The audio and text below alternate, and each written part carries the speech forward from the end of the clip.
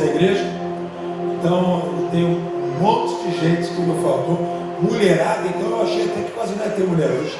Porque a mulherada para casamento precisa de 3, 4 horas para ser arrumada. O homem 3, 4 minutos. Muito bem, abra sua Bíblia lá em Josué, capítulo de número 5. Josué, capítulo de número 5. Chora.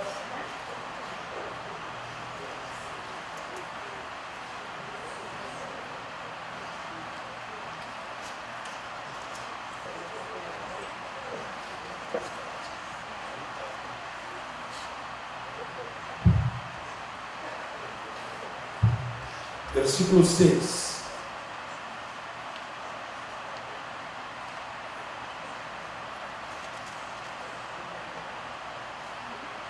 Josué 5, 6. Nós vamos falar hoje de estratégia para expandir. 40 anos andaram os filhos de Israel pelo deserto, até se acabar toda a nação, isto é, todos os homens de guerra que saíram do Egito. Isso porque não obedeceram à voz do Senhor, pois o Senhor tinha jurado que não lhes havia de deixar ver a terra que, sob juramento, prometera a seus pais, nos daria, terra que mana leite e mel. Feche os olhos. Espírito Santo, traz luz a esta palavra, fale aos nossos corações, e eu submeto meu coração, meu espírito, para que somente o teu Espírito Santo fale neste lugar. Qualquer outro espírito que não procede de Deus caia por terra, saia em nome do Senhor Jesus. Pai, queremos ouvir a tua voz e não queremos estratégias humanas. Embora muitas vezes, ó Deus, existam estratégias humanas sábias, mas a tua palavra fala que não é na nossa força, mas é pelo teu Espírito. Por isso, ó Deus, nos dê as estratégias certas que a tua palavra nos ensina para expandirmos nesse ano em cada uma das áreas da nossa vida, em nome do Senhor Jesus Cristo. Amém e amém, Jesus. Pode se aceitar. Antes de começar a mensagem, eu quero falar aqui 2 testemunhos, 3 testemunhos. Melissa, fique em pé. Melissa, fique em pé. A Melissa, ela é filha do irmão Luiz. O irmão Luiz, quem não sabe, a gente chama ele de Corujão, porque é o apelido dele, que ele tem um chaveiro chamado Corujão, há uns 50 anos, é isso? Lá na Vila Carro, famosíssimo. E durante a campanha que nós fizemos no ano passado, a campanha das águas que sabem, ele mandava a água que a gente fazia. Quem fez a campanha no ano passado? Nós tivemos vários testemunhos, ok? Ele mandava água para a irmã dele que mora lá na praia. Onde que é? Praia Long Beach, né? E então ele mandava água para lá, para que ela bebesse. Por quê? Porque ela tinha um tumor, câncer, do lado direito ou esquerdo? Direito, atrás do ouvido, dentro da cabeça. E ele não queria perder, mas claro, quem quer perder? Ninguém. Ele mandava água para que ela tomasse. Já estava com o exame marcado, ressonância, para que então fizesse a cirurgia na cabeça para remoção desse tumor. E nós sabemos que mexer com cabeça não é fácil. Bom, ele mandou as águas e foi. E ela foi agora 2 semanas atrás, é isso? 2 semanas atrás, ela foi fazer o exame, fazer essa ressonância. E então na ressonância a médica olhou e não existia mais o tumor. A médica não acreditou, então fez uma segunda ressonância. Ela falou: é impossível, esse tumor eu vi, ele estava aí. E então fez a segunda ressonância e o tumor não estava lá. A médica começou a chorar. Glória a Deus. Deus removeu aquele tumor. E então a irmã dele A tia da Melissa liga chorando do hospital, contando o milagre que Deus havia feito. Pode sentar, Melissa. Deus é poderoso para fazer muito mais abundantemente, além do que nós pedimos ou pensamos. Um outro testemunho. Coloca-se em pé. Cadê o Alex? Cadê o Alex? Desceu? Então fica em pé a esposa. Cíntia. O Alex, ele teve uma moto roubada em 2021. Durante a pandemia, a moto foi roubada, fez o trabalho, deixou lá de fora, levaram a moto. Isso não acontece aqui, só na França, né? Mas aconteceu. Roubaram a moto. Nós oramos, falamos, Senhor, dá uma saída, porque isso é um valor considerável e ainda estava pagando, não é isso? Estava pagando a moto. E não tinha seguro. Coisa linda, né? É aquela coisa que nós amamos que aconteça. Só que não. Bom, nós oramos e os anos se passaram. Então ontem de madrugada, 3 horas da madrugada, ele está fazendo Uber, estava trabalhando, liga uma pessoa para ele. Você é o fulano? Ele, desconfiado, senhor. Você teve uma moto roubada em 2021? Ele, Essa moto está comigo. Sei. E aí, ele, claro, desconfiado, até que o policial se identificasse, até o sargento fulano de tal, sua moto está aqui na delegacia, e nós vamos fazer uma perícia e você pode vir retirar a moto. Acharam a moto 4 anos depois, intacta. Os policiais disseram, ela está inteirinha, inclusive já tem um policial interessado em comprar. Olha só. Isso é algo, só Deus pode fazer um negócio desse. Então a moto foi achada, glória a Deus, Jesus. A solução veio. Então ele pode quitar agora tudo isso com a venda dessa moto, sair desse endividamento, acabou o problema. E Deus, como sempre gosta de fazer, colocar cerejinha no bolo, né? Então a esposa estava pleiteando o aumento salarial, faz 2 anos pleiteando aumento salarial, e essa semana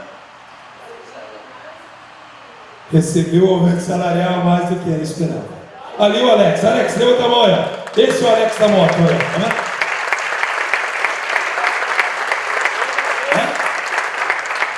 Dia 5 já começa com o aumento, amém?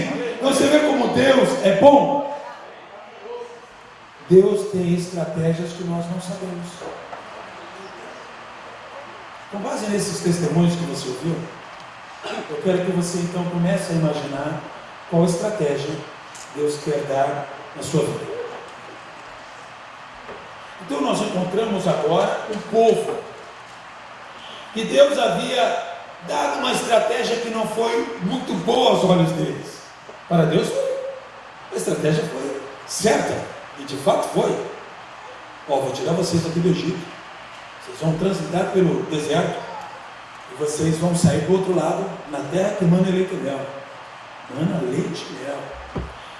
A terra que levaria 30 dias, exagerando 40 dias a passo de marcha para chegar. Não era algo longe para uma viagem de 40 anos. Mas sabe qual foi o pior pecado? Quando nós recebemos uma estratégia de Deus, uma informação de Deus, algo que Deus revelou, não foi algo que o homem disse, não foi algo que o governo determinou, não foi algo que surgiu na sua cabeça, não foram vozes da minha cabeça a informação, foi algo que Deus revelou.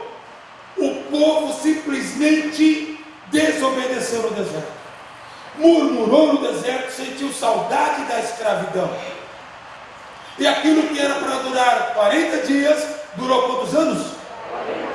40 anos.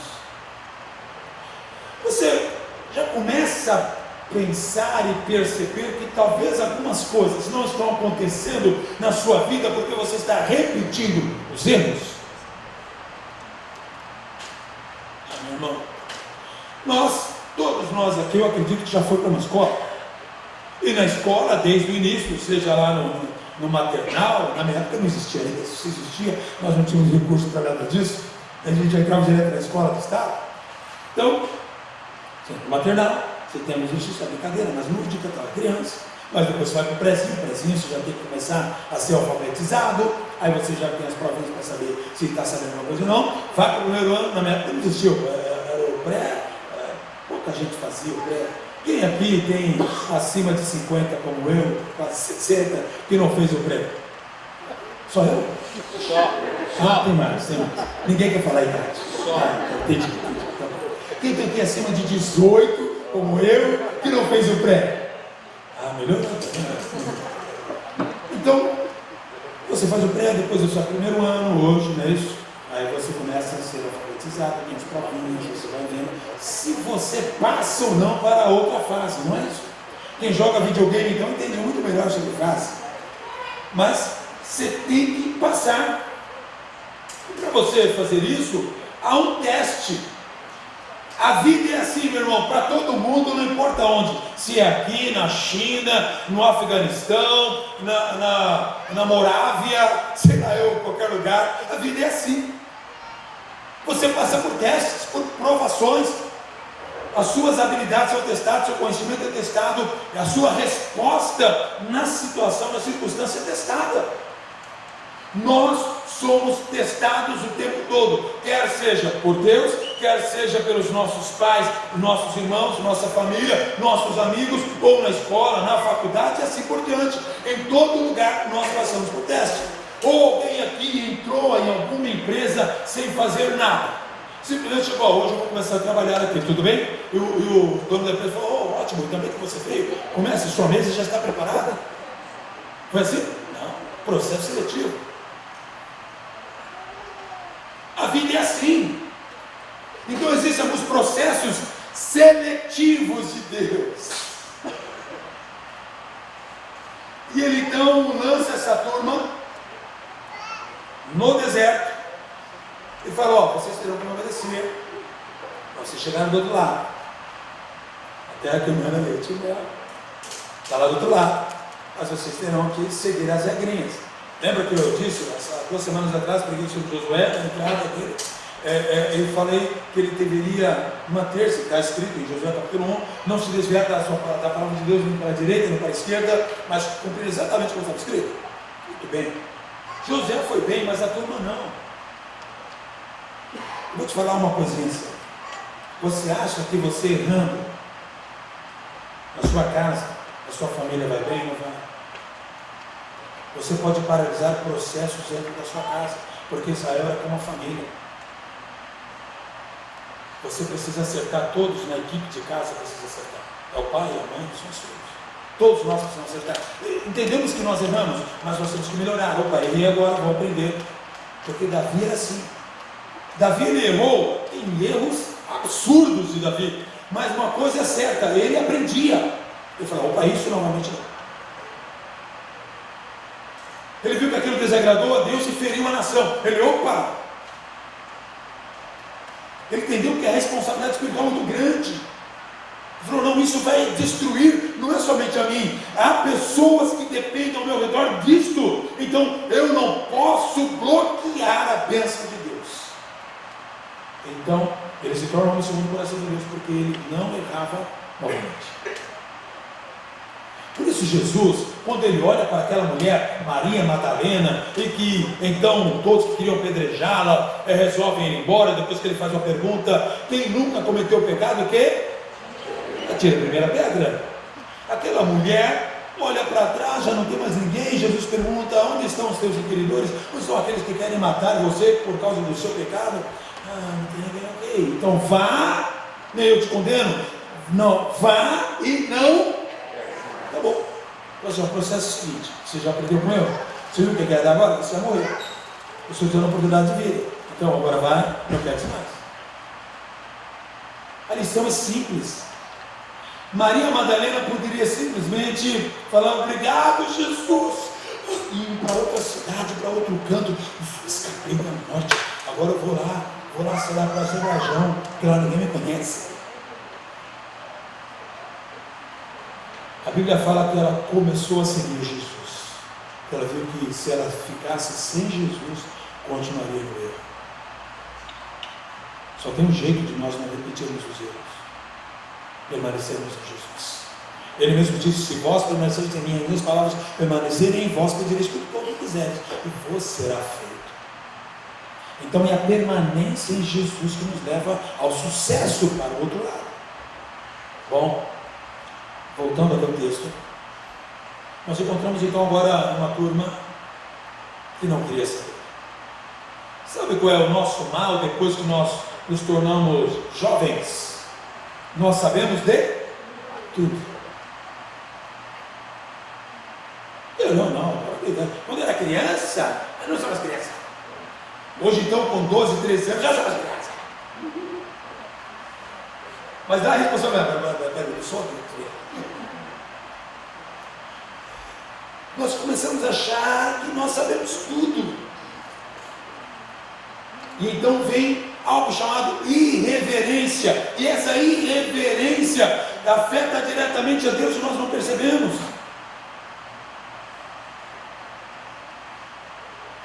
E então, aqueles homens que saíram do Egito, todos acima de 20 anos, fase de exército no Egito, em Israel, eles foram para o deserto e todos eles morreram antes dos 60 anos. Todos. Só ficou vivos que nasceram no deserto.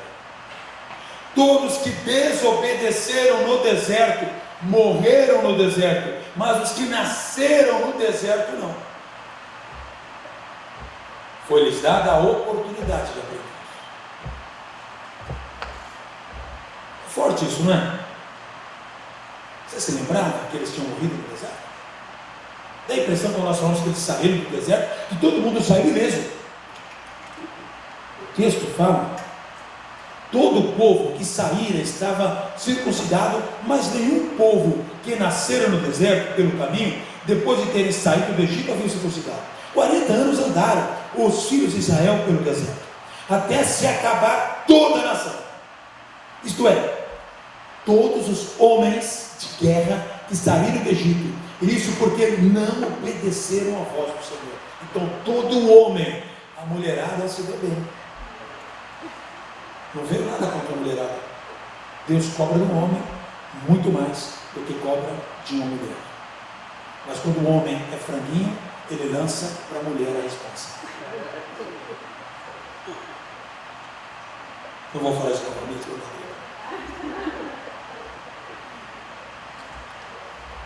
então, o homem que não entendeu a responsabilidade do deserto morreu.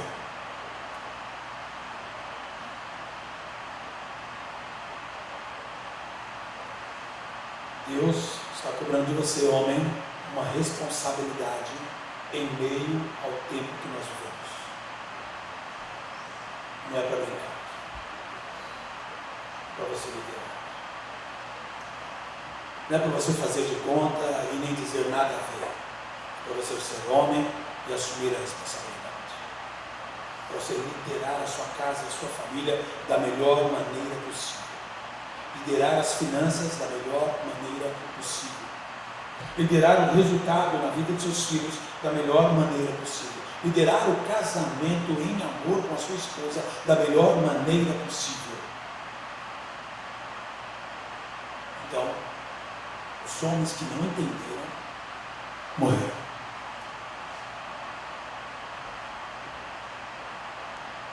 Não teve conversa.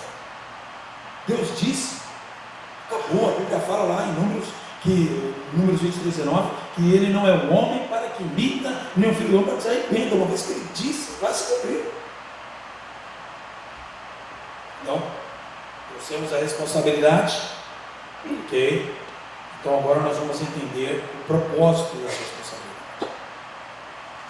Então a primeira coisa agora que eles deveriam fazer, antes de tomar Jericó, antes de vencer a cidade de Jericó, depois que saíram do deserto, depois que atravessaram o Jordão, depois que viram que a Arca da Aliança foi parada, atravessaram o Jordão, foram para o outro lado, antes que eles tomassem a primeira cidade, a de Jericó, eles deveriam fazer algo, lembrar-se da aliança feita com Deus. Eu quero que você entenda, homem, mulher, jovem, criança, a primeira aliança que você tem é com Deus. Deus, Ele cumpre alianças.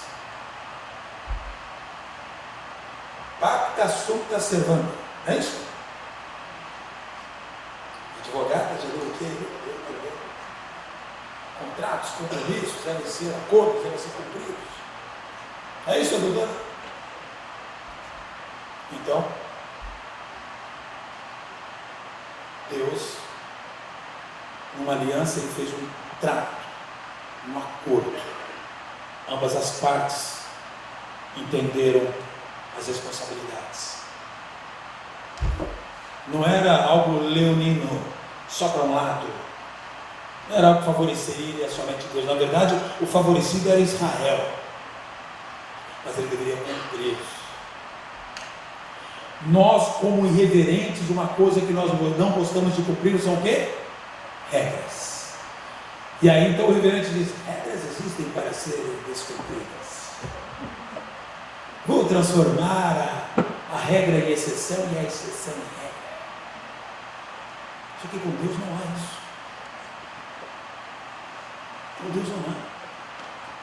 Então a responsabilidade é muito grande. Então ele traz novamente a aliança. Ele fala muito bem: os que nasceram em de Israel no deserto não foram circuncidados. Lembra que havia uma aliança com Abraão, que haveria necessidade da circuncisão. A circuncisão é hoje chamada de operação de fimose. Pronto, de maneira simples, para todo mundo entender. Todo macho deveria fazer essa circuncisão. E Deus já estava pensando justamente no deserto, porque ele sabia que o povo iria fazer. Então ele pega e fala o seguinte: vocês vão fazer isso porque eu quero que a descendência continue nascendo. Porque no homem segrega um líquido cancerígeno que então em um ato conjugal pode levar a mulher a ter câncer de útero. Se a mulher tiver câncer no útero, imagina, nos dias de hoje morre, quanto mais lá naquela época que não havia medicina como hoje existe. Então o único jeito de continuar a reprodução, continuar nascendo o povo, era então que o homem fizesse a higienização primária.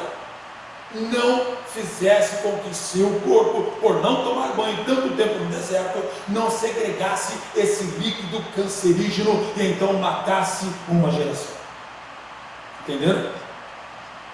Deus é um Deus de responsabilidades.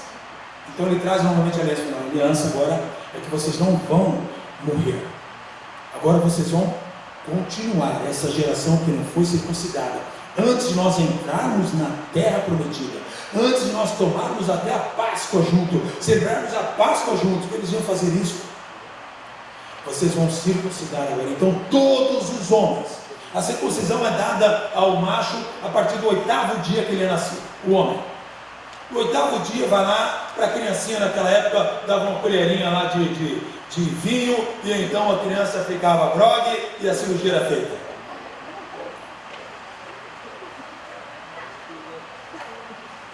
Então, era usada a cutela. O que é isso? É uma lasca de rocha para cortar. Maravilhoso isso. Se papel corta, por quê? Lasca de rocha não, né? Então ele vai na pederneira, faz as suas facas de pederneira. E então todos os homens sobreviventes foram circuncidados. Passou o dia, o tempo da recuperação, e então foram celebrar a Páscoa. E na celebração da Páscoa, ou seja, eles firmaram a aliança, novamente restauraram a aliança que Deus fez com Abraão. Então agora eles vão celebrar a Páscoa, que antecederia o sacrifício de Jesus Cristo. Era agora a terceira Páscoa a ser registrada. E eles então agora fazem algo: comem da terra que tinha comido ainda. Já estavam além do Jordão. Agora a terra já produzia frutos. No deserto não tinha frutos. Existem bênçãos em nossa vida que elas são temporais, que elas cessam no período em que Deus já concedeu o que você esperava. O que é que vinha sobre eles todos os dias? Maná. Todo dia Deus enviava pão. Deus foi o padeiro para eles. Imagina, quando Moisés ouviu de Deus, eu sou o que sou, e Deus estava dizendo assim, até o padeiro vocês vão ver que eu sou. E até o pão ele enviava. Até o açougueiro vocês vão ver que eu sou. Mandava cordonize para ele. Deus, Ele é o que é, porque Ele supre todas as nossas necessidades em glória por Cristo Jesus o Senhor. Paulo afirma isso em Filipenses 4,19. Então, agora, esse povo celebra a Páscoa, come do fruto da terra, come espigas naquele local. E aí, então, o maná cessa. Passou por outra fase. Talvez você tenha dito, olha, eu lembro de épocas em que eu via algo assim, assado, cozido e refogado com eles. E parece que já não vivo mais isso. Foi necessário naquela época. Você passou para outra fase. Você está em outro processo na sua vida. Você amadureceu em outras áreas. Então coisas ligadas a uma infância espiritual já não existem mais. Qual é o adulto aqui que gosta de papinha? Vamos ver quem é os bebezinhos. Eu lembro quando fiz a cirurgia na garganta, eu tinha que tomar papinha. Meu filho Luizinho falou, pai, eu posso dar para você? Eu tinha 5, 6 anos, posso dar para você a papinha? Pode, filho. Aí ele dava papinha e gelatina. Bom, eu não vi a hora de sair daqui. Quando nós cremos no que Deus está fazendo, nós não sentimos saudade do que se foi. Nós avançamos para o que está diante de nós. Foi o que Paulo fez. Esquecendo-me das coisas que atrás ficam, sigo para as que estão diante de mim. Então agora o povo ia ter que entender que não haveria mais maná, não haveria mais rocha sendo liberada em água, não haveria mais cordonize. Agora eles teriam que coisa linda. Todo mundo vai trabalhar. Não é verdade? Mas tem que trabalhar. Tem que trabalhar, principalmente o homem. Principalmente o homem. A mulher também, mas principalmente o homem. Porque o peso da responsabilidade é maior sobre o homem. O homem recebe esse negócio aí. Porque primeiro Deus falou para o homem dominar e sujeitar a terra. Depois o homem. Então a responsabilidade de trabalho mesmo está sobre o homem. A mulher muitas vezes trabalha porque tem que ajudar nas despesas da casa. E até aquelas que realmente não gostam de ficar dependendo de nada e quer ter o seu recurso. Parabéns, ótimo, isso daí, não tem problema nenhum. Mas o homem precisa ser o maior empreendedor dentro da sua casa. Se você mulher já tem um homem assim, glorifica a Deus, porque esse cara já está com a bênção de Deus sobre ele. Temos alguns aleluia. Agora se não está, ajude em oração. Ajude a cumprir o destino que Deus tem para ele. Não sou contra a mulher ganhar mais do que o homem. Pode ganhar. Desde que não inverta os papéis e nem humilhe o marido. Eles são uma só carne. Bom, bizudo, vamos lá. A Bíblia fala, essa é antiga, né? Muito bem. Então, agora esse povo avança. Para eles avançarem, eles precisariam entender então uma outra coisa: que não há vitória numa estratégia divina sem reconhecer Deus e adorá-lo. Você não pode fazer de qualquer forma. Não é porque Deus te deu algo que agora você vai fazer do seu jeito, não vai reconhecer a mão de Deus, não vai ver que Deus está com você. Você vai ter que fazer algo para mudar isso. Você, na verdade, vai ter que reconhecer quem é Deus e prestar adoração. A adoração vem antes do sucesso. A adoração vem antes do que Deus possa fazer por você. Porque é um coração grato que Deus quer. A pessoa mal agradecida não tem nada. Se eu perguntasse, eu não vou perguntar quem hoje acordou e a primeira coisa que fez foi agradecer a Deus. Eu tenho certeza que menos da metade fez isso. Porque a primeira coisa que nós, cristãos principalmente, precisamos fazer antes de levantar da cama é simplesmente agradecer a Deus. Mais um dia foi dado, mais uma oportunidade de vida, mais uma oportunidade de fazer o que é certo. A gratidão tem que existir em nós. Então a Bíblia fala que agora, depois que o povo fez aliança, renovou a aliança com Deus, que o povo agora entendeu que o processo era diferente, não haveria agora melzinho na chupeta, não haveria agora mamão com açúcar, que agora eles teriam que tomar uma postura diferente, que o povo que nasceu no deserto agora iriam ser guerreiros, que eles saíram da fase de criança e agora seriam adultos, que eles agora seriam treinados por um grande general, Josué. E o nome Josué significa libertador. Então eles seriam agora pessoas que iriam ser comandadas por um libertador. Yeshua é no hebraico Josué. Yeshua é o nome de Jesus.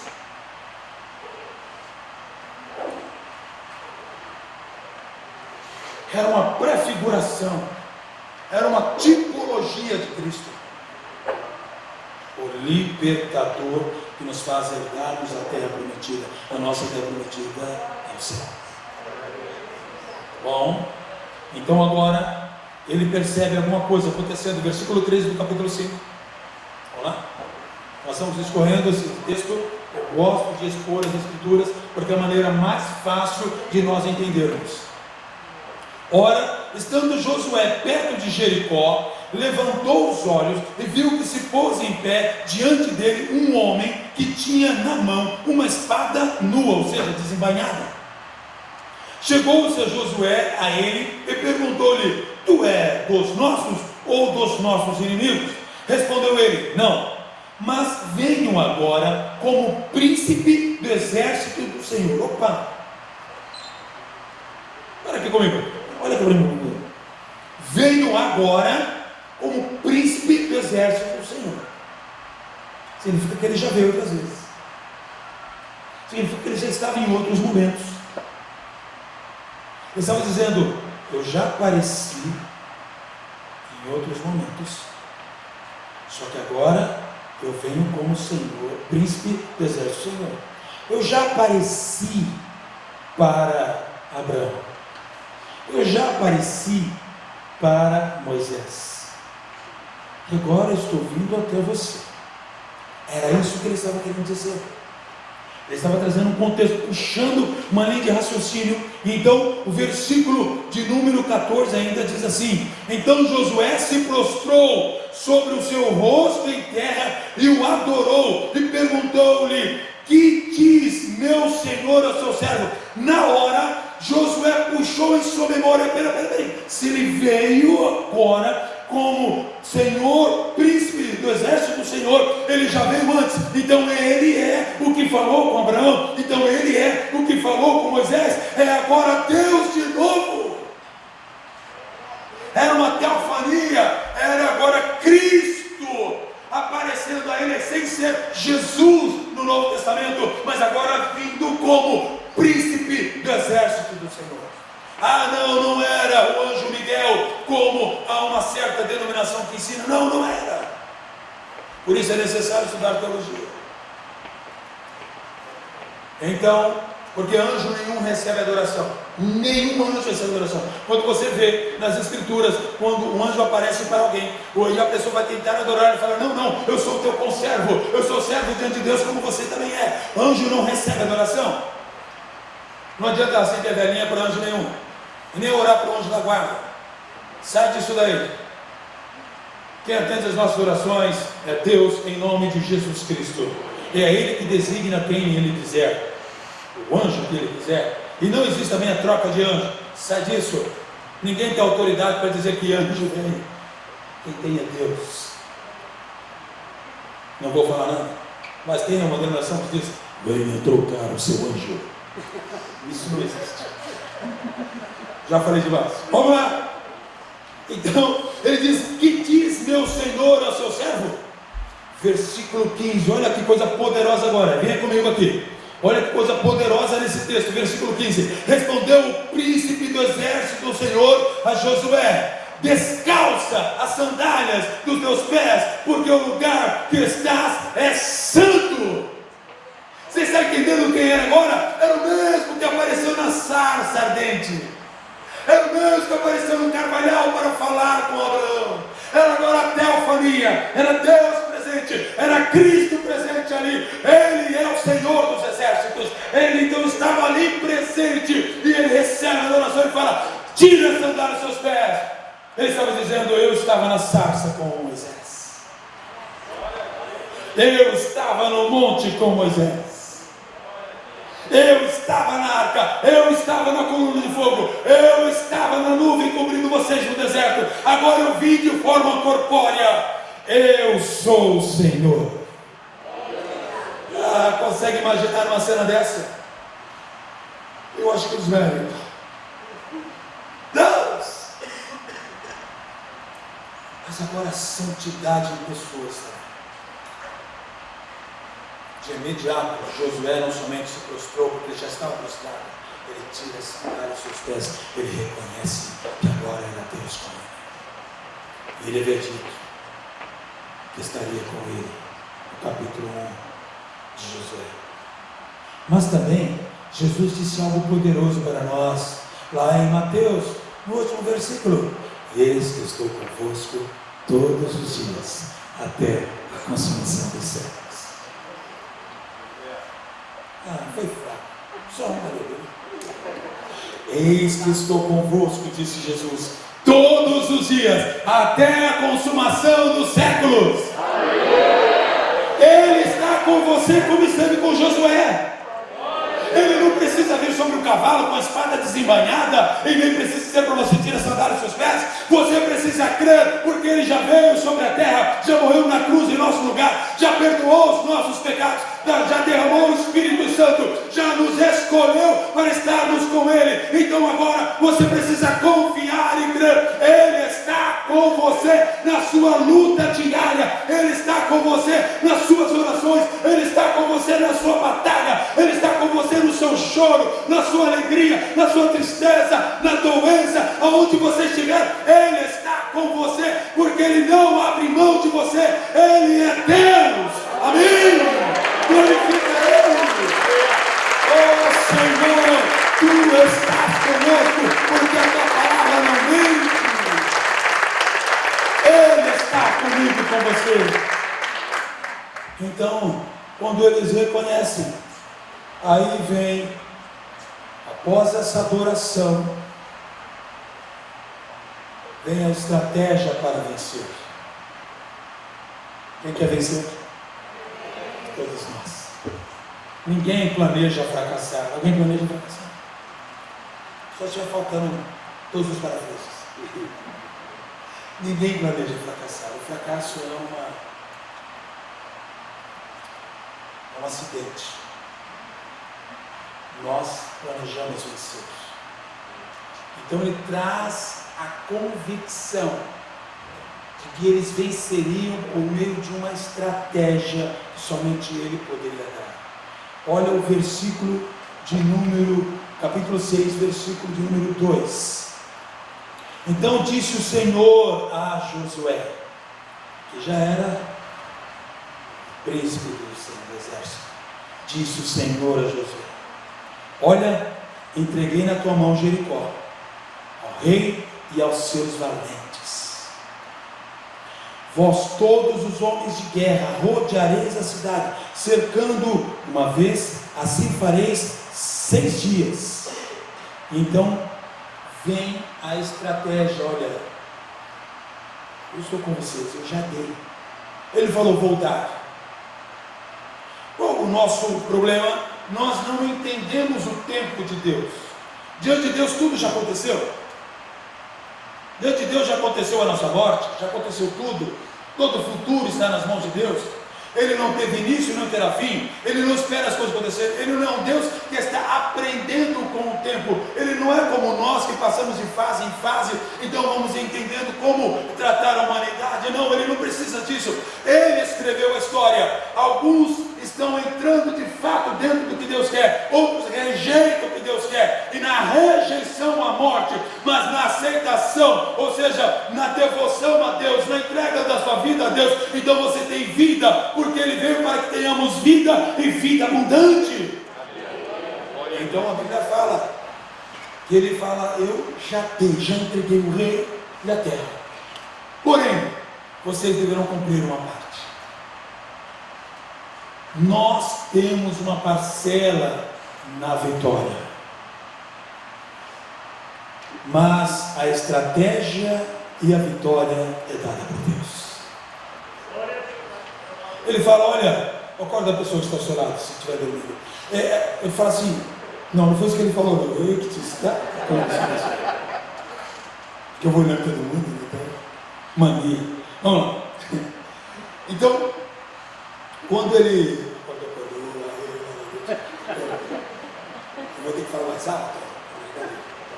Quando ele dá uma estratégia, ele está dizendo o que vai acontecer e por que vai acontecer. Ele está mostrando que ele tem já a solução final. Que a sua parte é só seguir a risca. Segue a risca. Ele fala, olha, você vai rodear a cidade uma vez por dia, durante 6 dias. No 7º dia, você vai rodear a cidade quantas vezes? 7 vezes.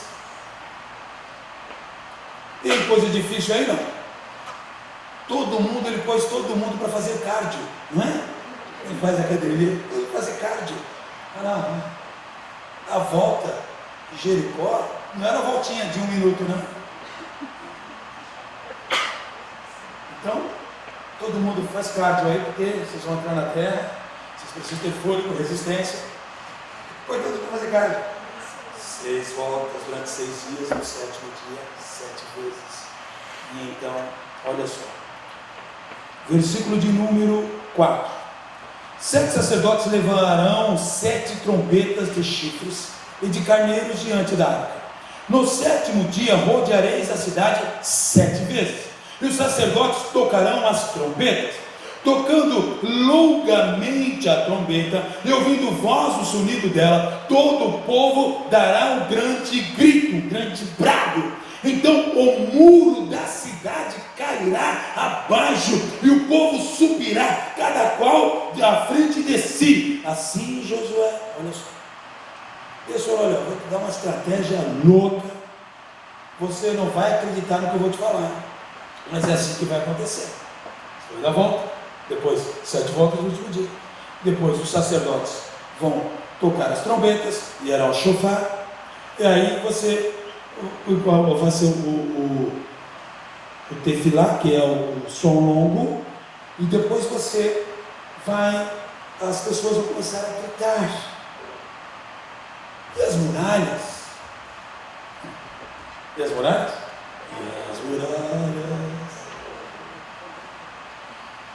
o grupo de louvor diz assim, para, que ele vai ter esse negócio aí. Então, ele fala o seguinte, as muralhas cairão com a trombeta e com a voz. O quê? Adoração. E com a voz, oração.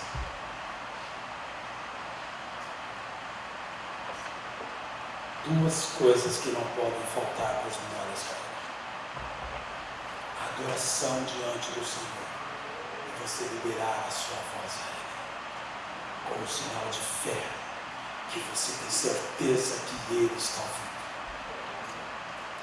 Coloque sentar. Todo mundo sabe o que aconteceu. O que aconteceu? As muralhas?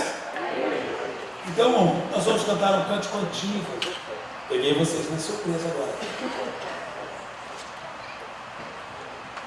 Mas tem 3, 4 notas, é rápido. É um cântico antigo. Os cânticos geralmente iniciam com poucas notas. Então, nós vamos fazer assim. Nós vamos cantar aquele cântico, Vem com Josué. Quem conhece? Só os antigos conhecem.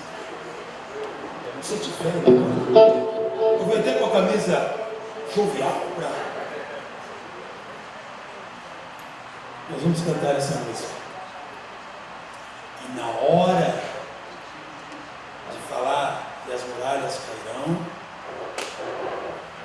com bateria, baixo, vou dar aquele, sabe, contínuo, tá bom? E aí então nós vamos bradar. Só que nesse brado você vai dar o seu grito de vitória, de libertação, de cura. Quem aqui já sentiu vontade de gritar? Já? Você sente raiva, não é? Você já foi de pegar fronha, travesseiro ou almofada e... Quem já fez isso? Tem mais louco igual a mim. Você não quer gritar com ninguém. Não é verdade? Você não quer que ninguém ouça o seu grito. Então você abafa o seu grito. Só que Deus disse, vocês não vão abafar o grito não. Agora vocês vão entrar. É uma entrada triunfante. Vocês vão vencer. A terra prometida chegou. Vocês agora não vão ter mais um maná e nem a cordonize. Agora vocês vão ter que trabalhar. Vão ter que tomar essa terra. Então vocês vão tomar agora. Não é tomada no grito, mas é tomada agora na adoração de alguém que ora e tem certeza que Deus responde.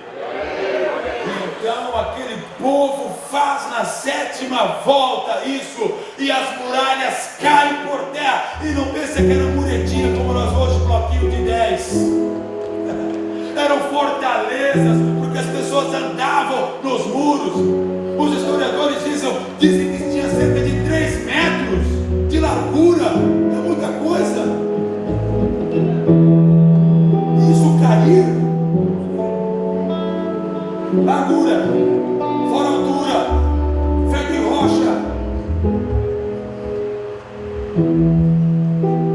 Então, meu irmão, para atravessar o mar foi necessário um cajado. Para atravessar o Jordão foi necessária a arca da aliança. Para possuir a terra foi necessário a adoração.